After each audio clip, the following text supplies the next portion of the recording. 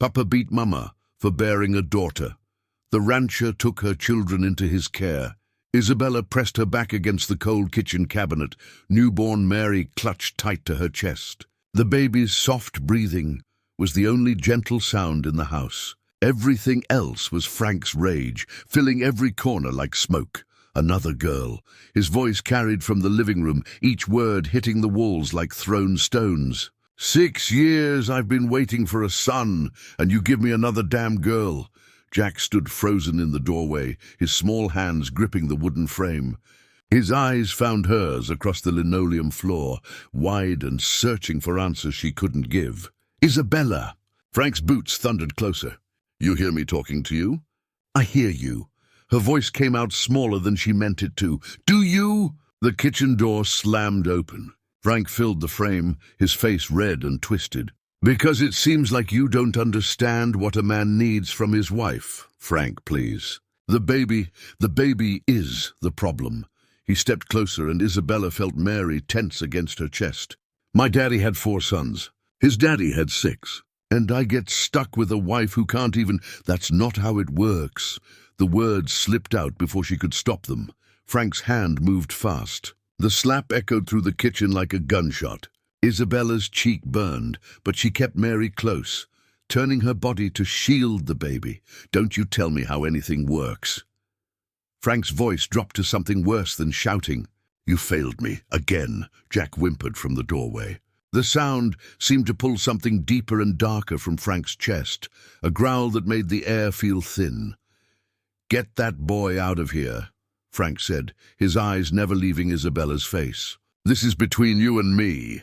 The sound of truck tires on gravel cut through Frank's shouting. Isabella felt a flicker of hope as heavy boots approached the front porch. Frank heard it too, his head snapping toward the window. Stay put, he hissed at Isabella, then stormed toward the front door. Isabella gathered Jack close. Both children pressed against her as voices carried from the porch. One voice she knew too well. The other was deeper, calmer, with the weight of years behind it. Frank. That was William Hayes from the neighboring ranch. Heard some commotion. Nothing that concerns you, Hayes. Sound carries out here. Your wife all right? She's fine. I'd like to hear that from her. Isabella heard Frank's boots shift on the wooden boards. This is my house, old man. My family, your family's bleeding. The words hung in the air like a challenge. Isabella touched her cheek where Frank had struck her, feeling the sticky warmth she hadn't noticed before. You need to leave, Frank said. But his voice had lost some of its edge. No. Hayes' voice didn't rise, didn't break. It just settled into place like a stone. I don't think I do.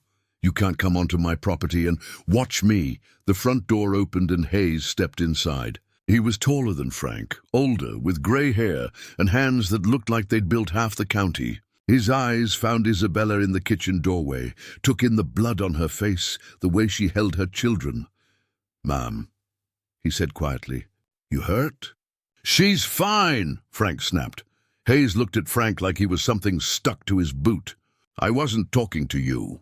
His attention returned to Isabella. Are you hurt? Isabella nodded, not trusting her voice. Jack, you take your sister outside to my truck. They're not going anywhere, Frank said. Hayes stepped closer to Frank. The kitchen felt smaller suddenly, the air thicker. Yes, they are.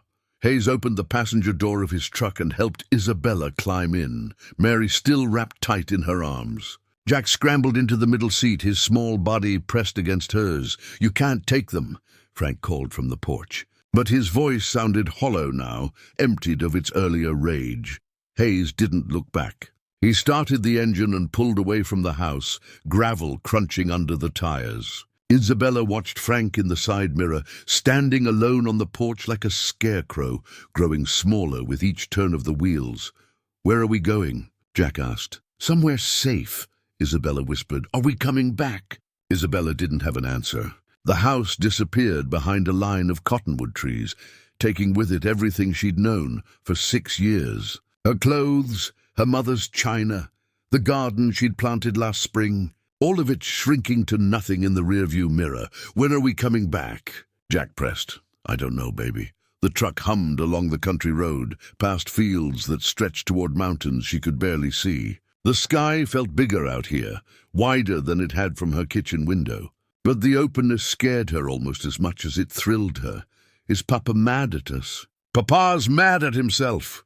The words came out before she could think them through. Hayes glanced at her but said nothing. His hands were steady on the wheel, confident in a way that Frank's never were. The truck turned onto a dirt road marked by a simple wooden sign that read Hayes Ranch. Almost there, Hayes said quietly. Isabella looked ahead and saw a house in the distance, white with a wraparound porch and windows that caught the late afternoon light. Smoke rose from the chimney. Someone was waiting for them. The truck slowed as they approached the house, and Isabella felt something she hadn't felt in years. Hope. A woman stepped onto the porch before Hayes could even turn off the engine. She was small and dark-haired, with lines around her eyes that spoke of both laughter and worry. This had to be Elena. "Bring them inside," Elena called. Already moving toward the truck, Isabella climbed out slowly, still holding Mary. Elena's hands were gentle but sure as she guided them up the porch, steps, and into a kitchen that smelled like fresh bread and coffee. "Sit here." Elena pulled out a chair at the wooden table. "Jack, you hungry?" Jack nodded, his eyes wide as he took in the warm kitchen, so different from the cold tension they'd left behind. "There's milk in the icebox and cookies in the jar." Elena was already moving, filling a glass, setting out plates. "Help yourself." Isabella watched her son eat like he hadn't seen food in days. Maybe he hadn't, not really. Fear had a way of stealing appetite. "Let me see that cheek," Elena said, returning with a damp cloth and a small bottle. "It's nothing. It's something." Elena's voice was firm but kind. "I've seen worse, but I've seen nothing too. This isn't nothing." The antiseptic stung, but Elena's touch was careful. Isabella found herself studying the woman's face, seeing the practiced way she cleaned the wound. "You've done this before. More times than I'd like." Isabella's eyes moved to the walls, taking in the framed photographs that covered nearly every surface. Families mostly. Women with children, some smiling, others with the hollow look she recognized from her own mirror. Who are they? Women who needed somewhere to go. Elena's hands never stopped their gentle work. Some stayed a week. Some stayed longer. Some we couldn't help at all. Jack had finished his cookies and was now playing with Mary, making her tiny fingers curl around his. The sight should have brought Isabella comfort, but all she felt was guilt. "I can't pay you. Nobody asked you to." Isabella settled Jack and Mary into the small bedroom Eleanor had prepared, then followed her hostess down the hall to another room. The door creaked as Elena pushed it open, revealing a space that felt lived in despite being empty. "This was Anna's room," Elena said quietly. "She stayed here 3 months with her baby boy." Isabella stepped inside. The walls were pale blue, and someone had painted tiny flowers along the baseboards. A rocking chair sat by the window, worn smooth by countless hands. What happened to her? She went back. Elena's voice carried years of disappointment. "He promised he'd changed." "They always promise." Isabella ran her fingers along the windowsill, feeling the grooves where someone had carved initials. A.M. And below that, smaller letters. H-E-L-P. Did he kill her? Not with his hands. Elena moved to the dresser, straightening a small mirror. But yes. Found her in their barn 2 weeks after she went home. Rope around her neck. The room felt colder suddenly. Isabella wrapped her arms around herself, thinking of all the women who had stood in this same spot, looking out this same window, making the same terrible choices. How many have there been? 23 in 15 years. Elena counted like she was reciting a prayer. 17 went back home. 5 stayed and built new lives. One we lost here on the ranch. Lost how? Her husband found her. William was in town that day. I was alone. Elena's hands trembled slightly as she smoothed the quilt on the bed. He shot her right there in the kitchen while she was feeding her daughter lunch. Isabella felt the weight of those deaths settling into her bones. All these women, all these children, all these men who thought ownership was love. Why do you keep doing it? Elena looked at her with eyes that had seen too much. Because sometimes we save one. The patrol car pulled into the Hayes driveway just after dawn, dust swirling behind it like a storm cloud. Sheriff Morrison climbed out slowly, adjusting his hat and his holster with the careful movements of a man who didn't want to be there. Isabella watched from the kitchen window as Hayes stepped onto the porch, coffee mug in hand. The two men faced each other across 20 feet of gravel and 30 years of history. "Bill," Morrison's voice carried across the yard. "Sheriff, got a call from Frank Miller. Says you took his wife and kids. Did he mention why?" Morrison shifted his weight, his hand resting on his belt. "He says it's a family matter. Family matters don't usually leave women bleeding on kitchen floors. You see this bleeding yourself?" "I did," Morrison spat into the dirt. "Frank's daddy helped build this county, Bill. His granddaddy, too. They got roots here. So do graves." The sheriff's face hardened. "That's supposed to mean something?" "Means some roots grow twisted."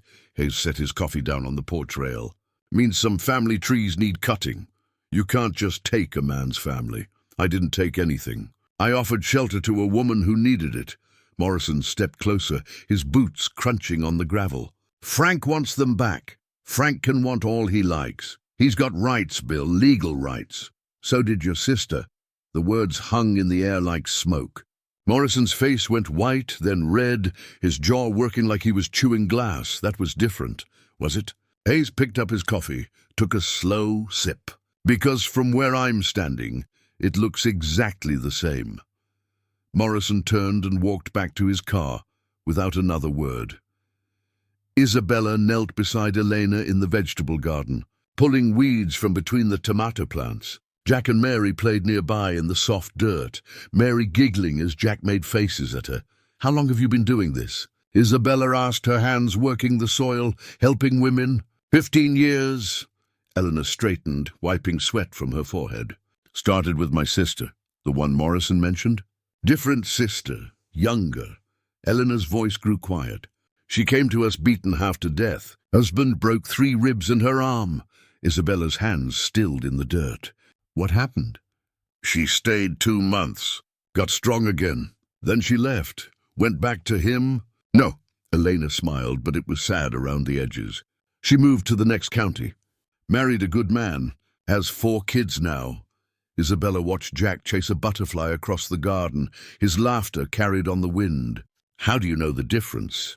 Between the ones who make it and the ones who don't?" "You don't." Elena pulled another weed, shaking the dirt from its roots.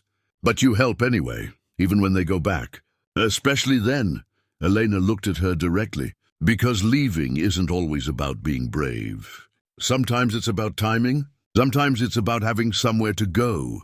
Isabella felt something shift inside her chest, like a door opening that had been locked for years. "I don't know how to be strong.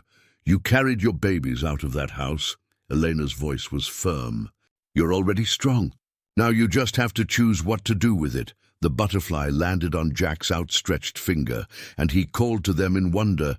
2 trucks pulled into the driveway this time. Frank stepped out of the first one, his face hard as stone. Sheriff Morrison emerged from the second, his hand resting on his gun. Hayes waited on the porch, a manila folder in his hands. Isabella watched from the kitchen window, her heart hammering against her ribs. "I want my family," Frank called across the yard. "They're not property," Hayes replied. Morrison stepped forward. "Now, Bill, let's keep this civil. Frank's got legal rights here, does he?" Hayes opened the folder, pulled out several sheets of paper. "Because I've got statements from 4 women in this county. All are married to Frank's friends. All beaten. All too scared to talk until now." Frank's face went pale. "You can't prove anything. Medical records from Doc Peterson. Photographs from the hospital." Hayes held up the papers. "Rebecca Stone's broken jaw. Mary Thompson's cracked ribs. Should I keep going?" Morrison's hand moved away from his gun. "Bill, what are you saying?" "I'm saying your good old boys have been busy."